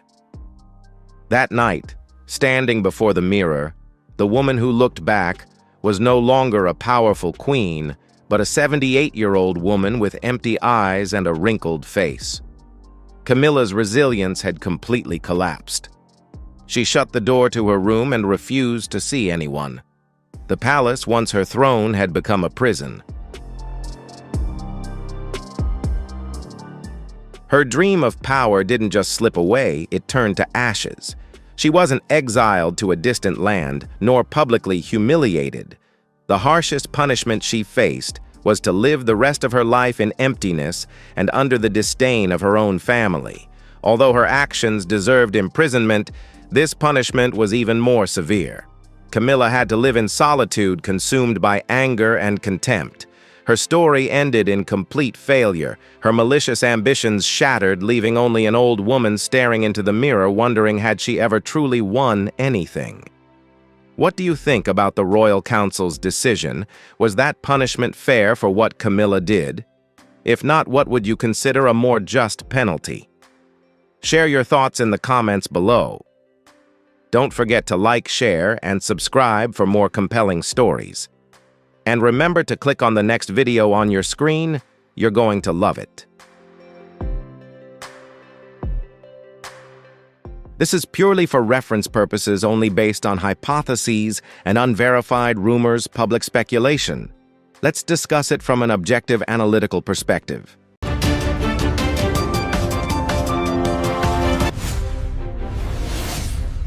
I am deeply aware of the burden of heritage as well as the price to be paid for the survival of the dynasty. Those echoes, if uttered in a sublime context, would reverberate like thunder through the ancient corridors of power. Imagine a scenario where millennia-old protocols are overturned. In this hypothetical model, the position of the person beside the throne, a seemingly untouchable position, suddenly becomes a variable to be discarded.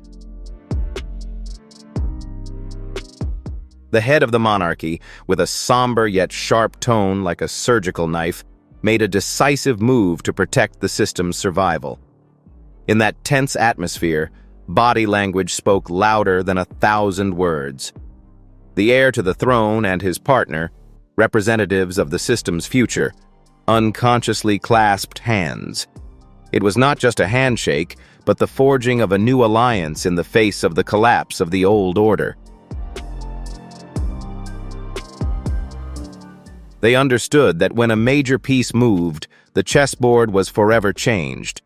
But what motivation could have triggered such a fierce defense mechanism from someone who had patiently waited for 7 decades? What lay behind the velvet curtain of diplomatic protocol? The answer probably doesn't lie on the surface, but deep within the black box of court intrigues, top-secret biological records, and a communication signal that inadvertently exposed it all.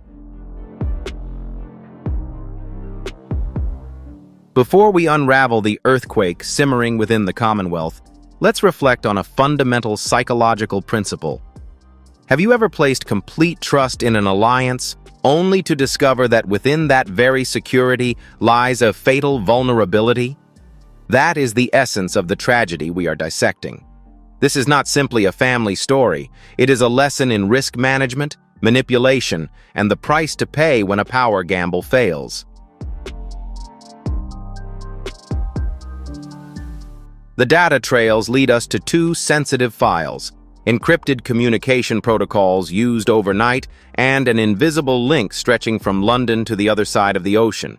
Stay focused, because the picture we are about to piece together will completely change how you perceive the workings of a modern institution. Let's return to the eye of the storm. A moment that could send the internet into a frenzy and plunge global public opinion into a thoughtful silence. Under the harsh glare of the media, the leader emerges. Despite bearing the marks of a prolonged internal biological battle, the aura of rulership never wavered. The